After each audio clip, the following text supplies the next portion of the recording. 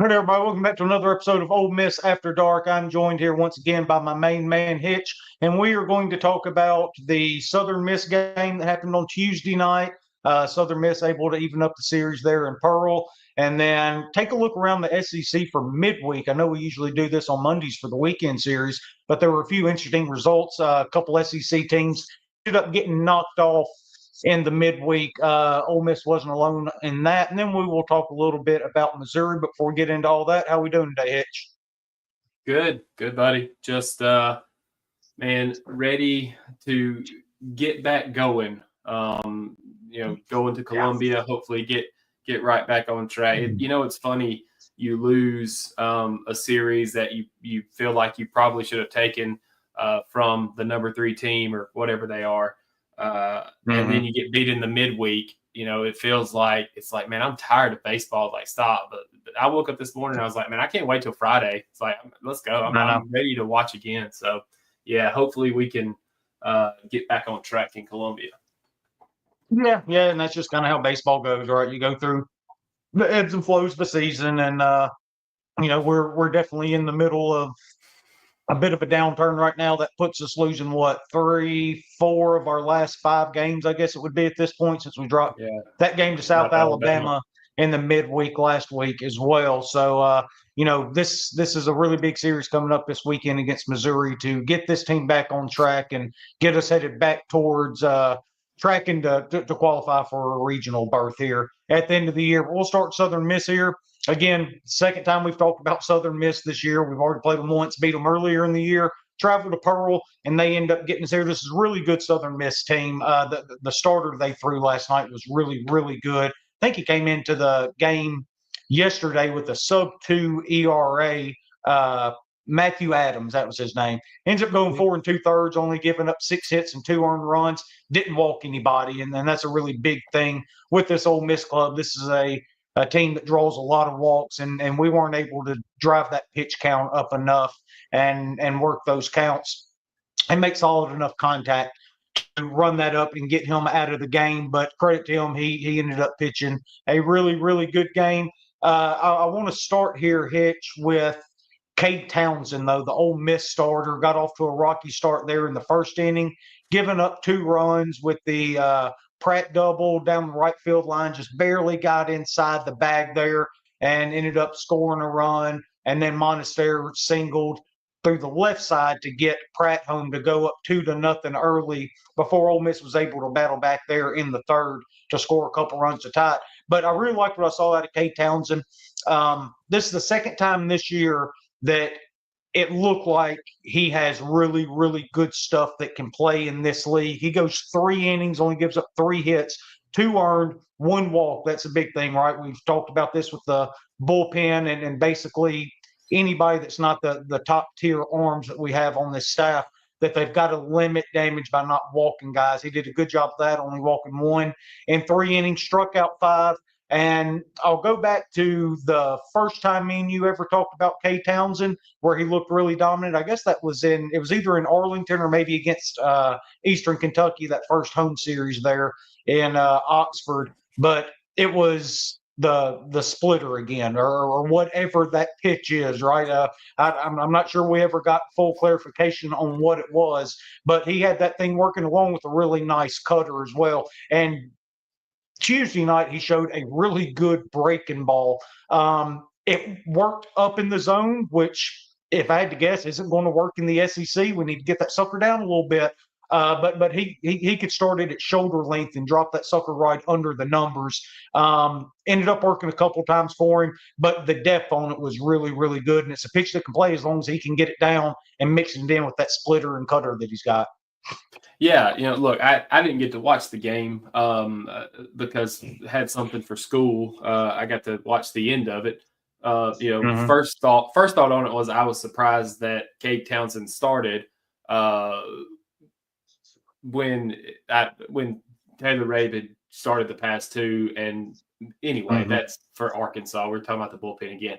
But just looking at, the play-by-play and the box score, it started early for him, right, with a walk, and then it was a double run scored, But after that, it really felt like looking at the box score here that he settled in and kind of got the rest of the guys out. He had another single, and then Peto reached on a catcher's interference.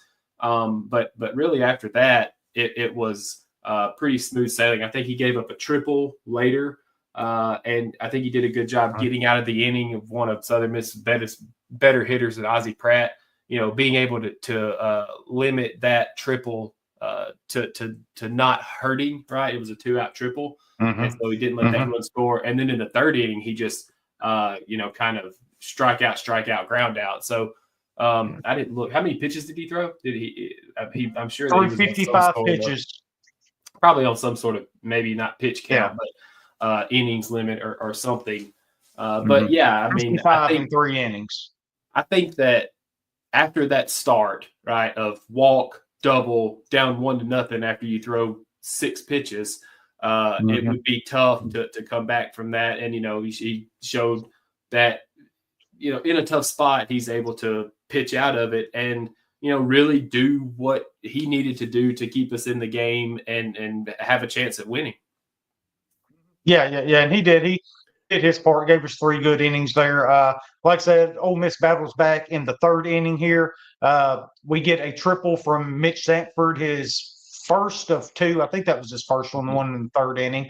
But ends up driving in Braden Randall, and Campbell Smith was there to tie it at 2, and then it was all Southern Miss after that. And after that, I mean, the 5th inning, we bring in Gunnar Dennis here in the 4th, and I'm telling you, Hitch, looked like a completely different pitcher in the 4th inning, Gunnar Dennis did, than any time I've seen him probably in the past year since he's put on an Ole Miss uniform, at least since early last year. Looked really good in that 1 inning, and then he came back out there and was only able to go a third of an inning more there in the 5th inning. Final line, 1 1/3, 2 hits, 2 walks, 2 strikeouts, 4 earned runs. Ends up giving up that big home run there in the 5th inning for Southern Miss to kind of go ahead and really put a stranglehold on this because the bats just couldn't get anything else going. Yeah, it looks like that's the story of the night. Southern Miss had one big hit against Gunnar Dennis, and the Rebels couldn't come through when they needed to. And looking at the play-by-play, like they had shots, there were opportunities. But yeah, it looks like Gunnar Dennis came out in the 5th and went walk single bomb, and that's a tough one. Tough. Yeah, but look, if you're going to take a positive from this, we talked on Monday that Ole Miss really started using some different arms, finding out what we got, what we don't have. So we start throwing some guys back out there again. After we pull out Gunnar Dennis, Will McCausland comes in, who had a really shaky weekend. Walker Hooks comes in that had a shaky weekend. And then you finish it out with Hudson Calhoun and Taylor Rabb, who didn't pitch this past weekend. But all combined, they end up going 3 2/3, only allowing 2 hits combined, 0 walks between those 4 guys, and 7 strikeouts. They came in and they really handled their business, did their job. The one I'm going to highlight right here is a guy that I think we need to start getting in the game a lot more. Hudson Calhoun, his stuff has looked really, really good so far this year. If I'm not mistaken, going back through the memory bank, that's not near as good as it used to be. This is his 2nd straight good outing, it feels like. Feels like Hudson's a guy that needs to start logging more innings for this team. Yeah, I mean, he comes out, strikes out 3 of Southern Miss hitters. He's one of those guys that he's in the zone. He's really, really good, and he had the big summer up in the Cape Cod League or whatever, and just kind of waiting on him to get the opportunity to contribute. I would like to have seen him. He is maybe the guy that I'm thinking about the most that I would have liked to have seen in that Saturday game come in first. Out of the bullpen, but he looked great last night, and going into this series against Missouri, I'm sure that these guys are going to get opportunities there this weekend too, probably. Yeah, I would sure assume so. Each of them only throwing 1 inning. Outside of McCausland, only threw 2/3, but Hooks and Hudson Calhoun and Rab all only throwing 1 inning. And look, I know those are some guys using the midweek right now. You got to find arms on the weekend that can get you through the 27 outs each day that you got to get. Maybe it's time to look at a couple more of those guys and see what they can do for you in SEC play. Switching over to the offensive side of the ball real quick, one guy that I want to highlight for all the wrong reasons. This is the second time in 3 games hitched that our guy Judd Udemark goes 0 for 4 with 4 punches. Struggling, really. And I don't know that it matters, and I don't know why I think this is important, but he keeps swapping bats, right? Like he's got a pink bat, and then there's a He was gray back to the bat. pink last night. Yeah, well, the last at bat he went back to the gray because I got to see the last at bat, and it was just like I don't know. I don't even know why that matters. It's just something I noticed, but yeah, I got to see the last at bat last night, and it felt like they got him down with the breaking ball, and I wonder if it's not seeing the ball well, not picking it up, but whatever it is, I meant to say this past weekend when we recorded is like he's made an adjustment of some type from last year to this year, because I don't know how many balls he's hit out the other way, but he is staying on the ball better, and so that tells me he's seeing it better, or he's not so much seeing it better, but he's recognizing sooner what pitch is what, and he's able to either lay off of it or he's able to get the barrel to it. And these past couple of games, for whatever reason, he's not picking it up, and it's not good at bats either, right? Like they're at bats where he looks kind of lost. It looks where he's kind of lost. You just kind of hope he gets back on track this weekend. Yeah. He's getting fooled a little bit up there. Again, it was the Saturday game. He went 0 for 4 with 4 strikeouts against Arkansas, and then again on Tuesday night 0 for 4, 4 strikeouts. Now the Sunday game in the middle, that sandwich between a pretty good game. He ended up hitting very well on Sunday for us against Arkansas. But that's a bat that Ole Miss can't afford to lose. We need Judd to figure it out and get it going. Just stay consistent. Federico. Right, like it's consistency is all it is. It's you just described it, right? If you have a bad night on Friday night and a bad day on Sunday, but you sandwich it in there with a good day on Saturday, it makes it tough for a coach or your teammates to rely on you to be able to come through, when it's needed. And you also what you don't think about is when he's struggling, the guys around him, like Ryan Moorman, Mitchell Sanford, Isaac Humphries, they lose protection, right? Like you're not as scared to pitch to Judd Udemark when he is going like this rather than when he's red hot. You're not as afraid to pitch to him. And so, you may nibble a little bit more against guys like Moorman or Sanford. And so that plays into it as well, I think. I think that also plays into the broader offensive struggles that we're having is not just Udemark striking out 4 times. It is that the fear that he imposes on opposing pitchers I think that's hurting the lineup a little bit right now.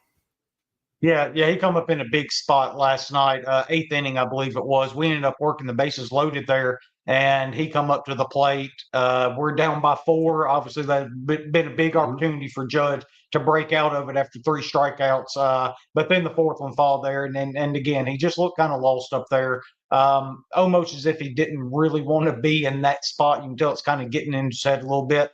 Look, this guy's played a lot of baseball. We've seen it before. We talked about before the year that this guy with a lot of swing and miss in his game, but also a guy that can hit it further than anybody on either team, regardless of who we're playing that particular day. It doesn't matter who it is. When he is locked in and able to connect with the ball, nobody can hit it further and harder than Judd Udemark. So keep working on it. Hopefully he's able to snap out of it soon. This team really needs it. I think the good news there, though, is that I think he has made an adjustment, right? Like I think he made the adjustment that he's needed to make. And so instead of this being like last year where he started out kind of hot, hitting balls 480 feet, and then he only ended up with 12 hits the rest of the year, right? I think this is more of a situation where he had a tough weekend, a tough midweek, but he could get it going back again this coming weekend because he'll get to practice. He'll figure it out because he's not having to make some big swing adjustment like I think he's already had to make. Right, this is just fine tuning it. Yeah, absolutely. And I don't think this is going to happen, but I do want to throw it out there real quick. Just from a lineup construction standpoint, if they wanted to give Judd a day off at some point, just to kind of clear his head, I wouldn't be upset to see Campbell Smithwick slide into the lineup. Obviously not at third base, but you could do something like obviously putting Luke Hill back at third base, maybe bring Federico in to play second, or for this weekend, as a matter of fact, you could just put Braden Randall at second and put Chang there at shortstop, and you can stick Smithwick out there in one of the outfield spots. Problem you get there is you're already crowded with Federico. That's why I say pull Federico in to maybe see if he can play second base. And then Smithwick can either DH or he can play the outfield, swap him and Mormon, whatever. Because Campbell Smithwick, with all of his troubles behind the plate, he did swing the bat well last night, goes 2 for 4 with a run. It feels like he may be starting to get things going a little bit. Obviously, we hear all about the success he had during SEC play last year. It would be a really big deal if Ole Miss could get that left-handed bat going here early on in conference play. And if so, you've got to find a place for him to play because Austin Fowley is your catcher when SEC games are going on.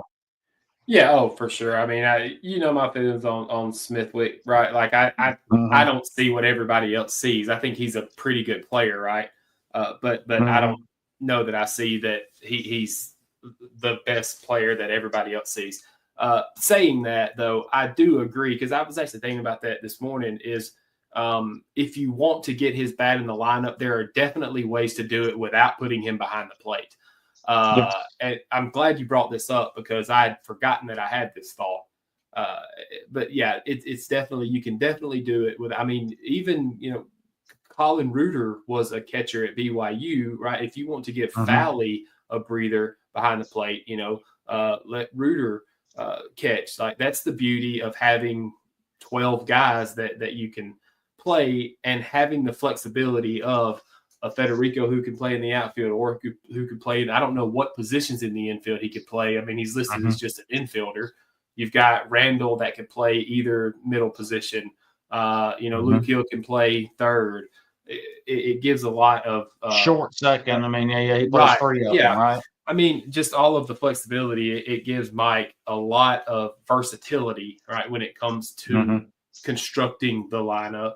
And yeah, I'm cool with Smithwick getting in there and getting his at bats, but yeah, I don't know. Stop putting him behind the plate. Yeah, no, it's Fowley time whenever SEC play rolls around. I don't so much mind giving Smithwick a midweek start or something like that behind the plate, but right now Fowley has proven himself both at the plate and behind the plate, offensively and defensively, that he needs to be the guy back there. But I do think we need to try to figure out ways, and you have to get creative with it to get Smithwick in the lineup if he's going to end up getting going here, which hopefully – that's what started happening Tuesday night in Pearl. Just a couple other guys to point out. Hayden Federico goes 1 for 3, 2 more walks. He just gets on base. We talk about it every single week, it seems like. Luke Hill struggled a little bit, goes 0 for 4, no walks there. But again, he had a couple balls that were hit really hard right at people. He's got to lead the country in that stat if anybody were to keep up with it. We talked about it earlier. Mitchell Sanford, 2 for 4. He ends up with 2 triples, 2 RBIs there. Ryan Moorman gets a 2-run homer robbed from him in the first inning. I know you said you weren't able to watch till the end there, but he puts a charge into left field, and the Southern Miss left fielder makes one heck of a play going up over the wall and bringing it back over. That would have tied the game up at 2 there, but ends up coming up just a little bit short. Yeah, I was actually listening to it on the way to the school when that happened. It was because somebody got a hit right ahead of him, right? Is that when Sanford tripled in the I think you are. That would be Sanford's first triple. Because it was like 2 back-to-back big hits, and watching it on television, right, you can see what happens, but listening to it on the radio, you have to wait for Kellum to calm down for just a second. Explain it. Because he thought it was gone too, but yeah. So anyway, Ole Miss ends up dropping that one in Pearl against Southern Miss. Now the big one starts with Missouri on deck. Before we get there, let me just go around the SEC because I mentioned there were a few upsets on Tuesday night around the league. The biggest one, obviously, East Tennessee State traveling to Knoxville, going into extra innings and knocking off Volunteers 7-6 to hand Tennessee their first loss of the season. South Carolina survives College of Charleston 4-3. Murray State travels to Lexington and beats the Wildcats 5-4. Florida takes care of Jacksonville 16-4 on Tuesday night. Mississippi State takes care of poor Jackson State 16-3. Arkansas wins 4-1 over Oral Roberts on Tuesday. As of this recording, they're still playing on Wednesday. And last I saw, Arkansas was up 15-0 in that game. So I like the Razorbacks' chances of going 2-0 in the midweek here against Oral Roberts. Vanderbilt beats Belmont at home 13-2. A&M getting back on track here, Hitch. They beat UTSA 8-14 overall. UTSA at home 17-7. So the Aggies are officially back. That's good news for the SEC. And then a team Ole Miss lost to last week that we mentioned down in Mobile, South Alabama. They take the Crimson Tide in Tuscaloosa into extra innings, and Alabama walks it off for a 6-5 win to move to 21-1. Alabama's been a really good story so far in the SEC. They're playing really well. Let me see. Auburn wins 13-9 at home against Alabama State. And then another really shocking one, UTSA goes to Austin and scores a run in the 12th inning to beat the Longhorns 8-7 to give Texas their first loss since that tournament in Arlington. They now move to 17-2 on the year. LSU takes care of business at home against New Orleans 11-1, and Oklahoma ekes one out against UTA and wins 7-6 there in Norman. So there were a few surprises there in the midweek. It's not Ole Miss only. Even the best teams in the country end up dropping midweek games. Just look at Tennessee and Texas, for example, there. So those were two big upsets. So we'll calm down about the midweek and get to the stuff that really matters here, Hitch. Traveling to Columbia, Missouri, second SEC series of the year coming up. What are you looking for from the Ole Miss Rebels in this trip to Como? To get back on track. Right, just simply that, right? Just be able to, score some runs. I looked last night. We only had 7 strikeouts, and so it feels like putting the ball in play. But I'm looking for us to be better at the things that kind of killed us against Arkansas. Right? If Missouri makes a mistake, walk, hit batter. Error, whatever, let's make that hurt. And when we have an opportunity to have a big inning, let's have a big inning. And then, on the other side of it, I'm looking for the bullpen.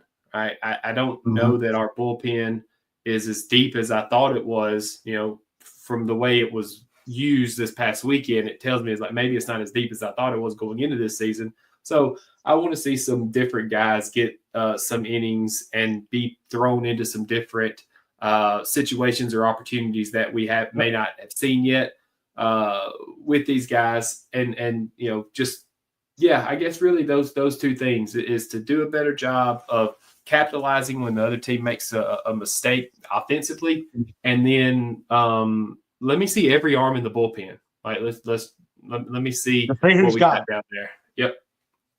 Yeah, absolutely. That and I'll add on, don't make mistakes ourselves, because that absolutely killed us against Arkansas. That was the story of that series. Like you said, we didn't take advantage when we had the opportunities. Arkansas did. That's why we ended up losing the series. Looking at a few things here with Missouri, though, real quick, Hitch. They're 8-11 overall, 0-3 in the SEC. And I started looking. They have a 218 RPI. Their non-conference schedule, they go 8-8 in the non-con, right? And that's with a 239th ranked non-con strength of schedule. 1-6 against top 100 teams, 7-5 in games between 101 and 200 ranked teams. They've played all home games at during the non-con. They don't have any conference home games yet up until this coming up Friday when the Rebels get there.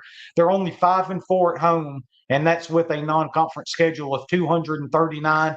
They're just not a very good team. And when I went through and started looking for people that might hurt us, I do very, very basic stuff to start out, looking at players, stats, just from the whole team all listed down there. And one thing that jumped out to me, I thought, man, they strike out a ton, right? And one thing that you can say about this Ole Miss offense is that we strike out way too much, right? I mean, how many times have you heard that? Way too much swing and miss in the Ole Miss lineup, but at least we walk. I didn't see a lot of walks on that Missouri stat sheet either. So I started adding it up and doing the math to compare strikeouts to walks with Missouri and Ole Miss, okay? Missouri has struck out 181 times this year and only walked 80. They have struck out 101 more times than they have walked in 17 games. Okay? Ole Miss has struck out 161 times, so 20 times less, but we've walked 117 times, 37 times more than they have. Like, that's how bad this offense is. Yeah. I mean, that's good for us, right? Like, that's good to hear. Yeah. Because I think that our starting pitchers do a very good job of throwing the ball in the strike zone and making the other team, hit either swing and miss or put the ball in play. And so, and then I think a lot of time, I think we have a lot of guys in our bullpen, a lot of big arms in our bullpen who, when we say a lot, if they're not in the zone, or they're good if they're in the zone or whatever. And so maybe Missouri being a more free swinging team it helps us with that as well, right? Because a guy like Patrick Galley, when you're swinging at balls that are not strikes, he becomes just that much more difficult to handle. So, I like those stats. Yeah, me too, for sure. A couple guys that I've highlighted here in that Missouri lineup: Jackson Levitch, the junior third baseman. He is hitting 324 so far this year. Only hit 3 home runs, but he struck out 21 times and only walked 3. So he really struggles with plate discipline up there. Another guy, Caden Nicoletta, the senior first baseman. He hasn't played in every game. Looks like he's probably getting more at bats now as the season's going on. He is hitting 392, but again, 12 strikeouts, 6 walks. That's not awful, but you're still striking out twice as much as you're walking. And he's only got 2 home runs on the year. There's just not a lot of firepower on this offense, and I feel like this is a weekend, like you said, that sets up well for the Ole Miss starting pitchers to really attack and feast on this free swinging lineup of Missouri. Switching over to the other side, though, on the mound, they might actually be a worse pitching staff than our lineup. There are 3 starters that they mainly use unless there's going to be any sort of shakeup this weekend. The best one's Caden Drew, a junior. He's 2-1 on the year, 4.70 ERA, by far the best ERA on the team among starters. Ian Loesch has started 5 games, tied with Drew for the most on the team. He's 0-3 with a 7.15 ERA. Now, he does have 28 strikeouts and only 6 walks so far this year in 22 innings. But again, 7.15 ERA. His batting average against is 245. Going back to Caden Drew real quick, he's pitched 23 innings. He's only struck out 17 and walked 8 so far and gives up a batting average of 276. So just right off the top, the 2 guys that have started 5 games so far this year, they've both really struggled.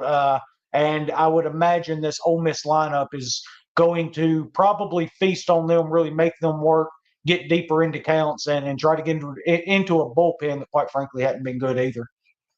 Yeah, I mean, just looking at it, right, the one guy that had, any success maybe against LSU this weekend was Lucas Brock, and he comes in. He's the first guy out of the bullpen on Friday night, and the first guy out of the bullpen on Saturday.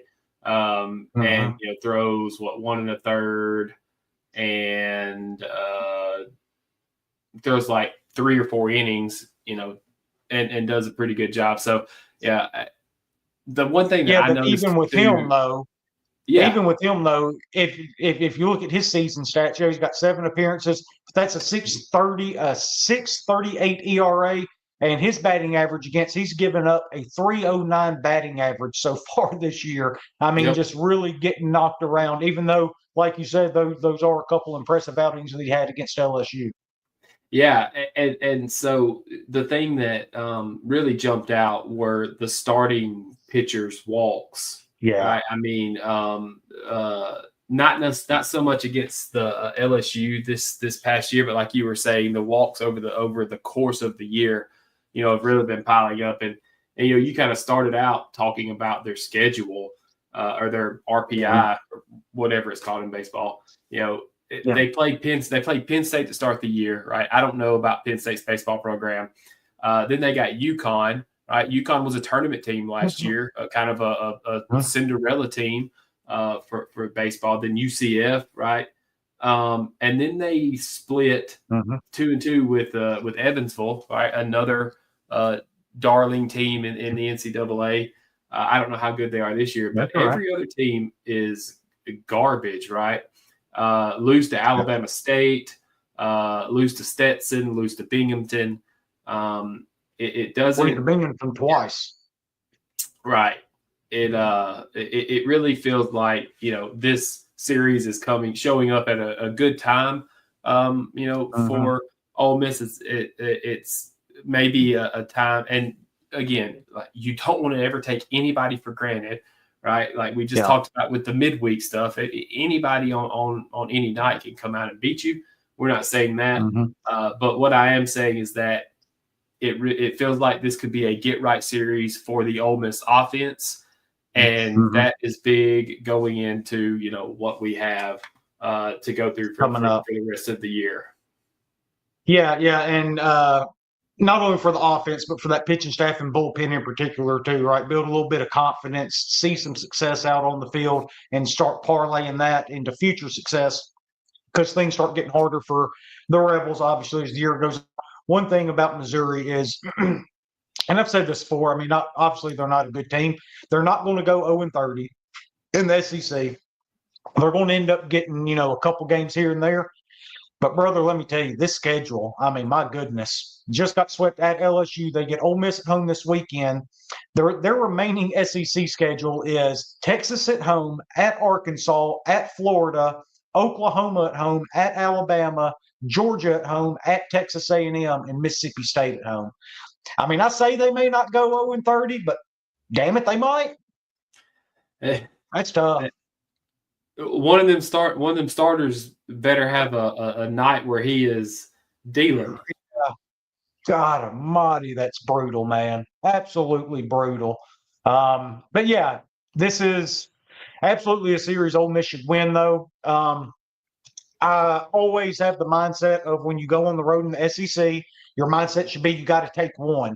Well, that's different this way. You have to take 2. Quite frankly, you might need to take 3. Now, I'm not going to lose my mind if we end up dropping 1 in Columbia.